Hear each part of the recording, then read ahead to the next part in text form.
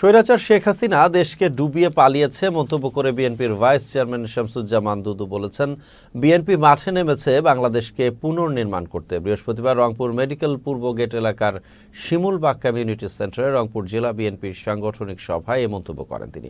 Fascist Sheikh Hasina ১৭ বছরে বাংলাদেশকে ধ্বংসের পথে নিয়ে গেছে উল্লেখ করে শামসুজ্জামান দুদু বলেন, শেখ হাসিনার সকল অপকর্মের বিচার করতে তাকে দেশে ফেরত আনতে চায় দেশের মানুষ। সাংগঠনিক সভায় বিভাগীয় সকল ইউনিটের আহ্বায়ক, সদস্য সচিব ও শীর্ষ পর্যায়ের যুগ্ম আহ্বায়করা উপস্থিত ছিলেন। প্রায় ১৬ থেকে ১৮ বছর বাংলাদেশটাকে একেবারে ধ্বংসের চূড়ান্ত পর্যায়ে নিয়ে গেছে, নিশ্চিহ্ন করে দিয়েছে সবকিছু। না আছে টাকা, না আছে বাংলাদেশের অগ্রগতি।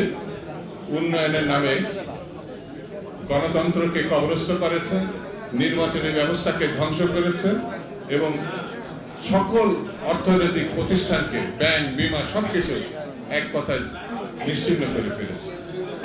এই জায়গা থেকে উঠিয়ে আনার দায়িত্ব এখন বিএনপি।